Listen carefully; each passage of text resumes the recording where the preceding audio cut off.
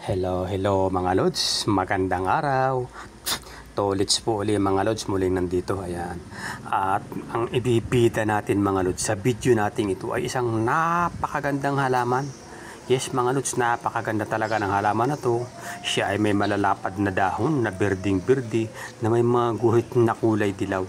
Kaya naman malayo ka pa lang lods, matalagang takaw pansin na ang halaman na to. At ang halaman na ibibida natin ngayon mga lods ay may pangalan na zebra plant. Yes mga lods, zebra plant ang ating halaman ngayon.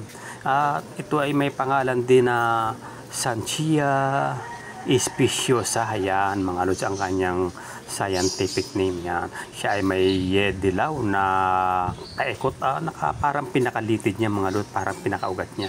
Yan, tinatawag din ito na shrubby white bean o di kaya naman ay yellow sanchesa. At may pagkakataon din mga lods na tinatawag din ito na tiger plant mga lods dahil nga sa kanyang mga guhit-guhit na napakaganda ng kulay. Ayan. At tinatawag din ito na gold bean mga lods dahil nga sa kanyang ugat na malaginto na nakapaikot sa kanyang buong dahon.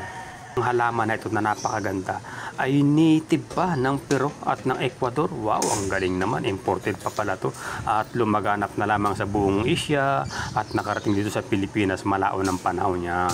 Maganda mga lods ang kanyang mga dahon, madulas-dulas na kulay berde na yun nga may guhit siya na yung kanyang mga ugat ay parang dilaw na makintab, kaya tinatawag din siya na white bean o di kaya ay yellow bean. Ayan, itong halaman natin mga lods ngayon ay tumalaki ng hanggang 2 hanggang 3 metro, kaya napakaganda nitong halaman na ito mga lods. Ito umano ay mayroong mga antioxidant, anti-cancer at antibacterial at mayroong ding anti-inflammatory properties. Subalit hindi pa nga lamang ganap ang mga pag-aaral na ito ayon sa tala mga lods. Ayan. Pero ang pinakamaganda rito mga lods, nagpapabuti ito ng kalidad ng ating hangin, nagsasala ito ng mga chemical sa hangin upang ang ating hangin naman ay lalong gumanda.